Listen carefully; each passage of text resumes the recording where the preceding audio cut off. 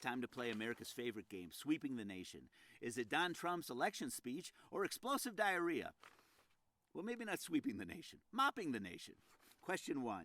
Americans were relieved it wasn't televised, as it was sweaty, ghastly, and uncomfortable for all involved. Ooh, this is going to be tough. 2. It was a torrent of effluvia that made even the strongest stomachs turn. 3. It cemented the loose sphincter in chief's unpopularity for his wasting billions of taxpayer dollars a day on a foolish war of choice in Iran, while at the same time cutting food inspectors, cutting disease monitoring, and cutting regulation of big agricultural companies that donate to Republicans and then mistreat their workers, who are now afraid to report anything or they might get deported or thrown in jail. Of course, those were trick questions, because they applied both to Don Trump's terrible election speech and explosive diarrhea.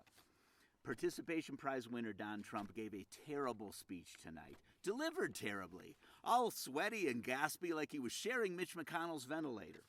Meanwhile, a giant agricultural company, Taylor Farms, has been linked to the violent outbreak across the country. The same company that killed people who ate at McDonald's and forgot to say, "Oh, hold the onions."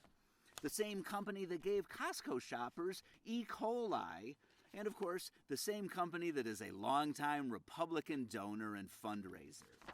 Look, ever since Lauren Boebert gave her whole town explosive diarrhea, the Republican Party has stood for one thing: making everyone else run to go sit down somewhere, quickly. Of course, if you're in public, you might have to wait a while if RFK Jr.'s in there sniffing off the seat.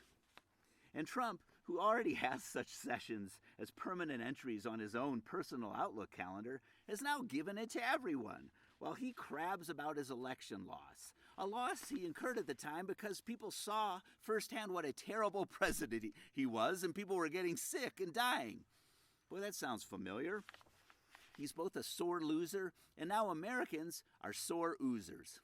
Please comment below, like and share, subscribe to the YouTube channel. News from the Forest.